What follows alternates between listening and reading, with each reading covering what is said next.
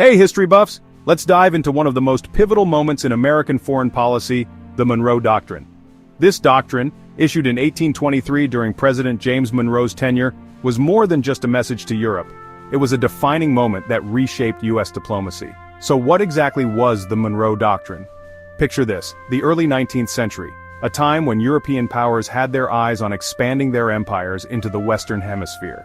The United States, still a relatively young nation, saw this as a direct threat. Enter the Monroe Doctrine. In essence, the Monroe Doctrine declared that the Western Hemisphere was off-limits to any new European colonization or interference. It was a bold statement. Europe, stay out of our backyard. But it wasn't just about keeping Europe at bay. It was also about asserting the United States' role as a dominant power in the Americas. The doctrine had four main points. First, the U.S. would not interfere in the internal affairs or wars of European powers. Second, it recognized and wouldn't interfere with existing colonies and dependencies in the Western Hemisphere. Third, the Western Hemisphere was closed to future colonization. And fourth, any European attempt to control or oppress any nation in the Western Hemisphere would be seen as a hostile act against the U.S. Now, you might be wondering, how did this doctrine actually shape U.S. foreign policy? Well, the Monroe Doctrine laid the groundwork for the United States' approach to international relations for years to come. It set the stage for the U.S. to intervene in the affairs of its neighbors, sometimes leading to controversial actions.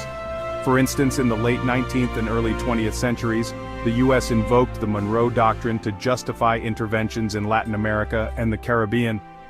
Think of the Spanish-American War and the subsequent control over Puerto Rico, Guam, and the Philippines. Or the Roosevelt Corollary, which expanded the doctrine, allowing the U.S. to act as a police power in the Western Hemisphere.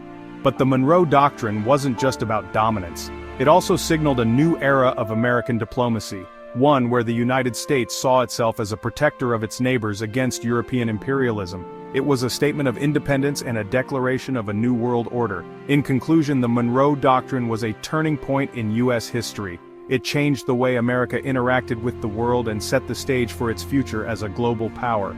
So next time you hear about U.S. foreign policy, remember that it all started with a bold declaration in 1823. Thanks for watching, history buffs. Make sure to hit that like button and subscribe for more quick history insights. Until next time, keep exploring the past to understand the present.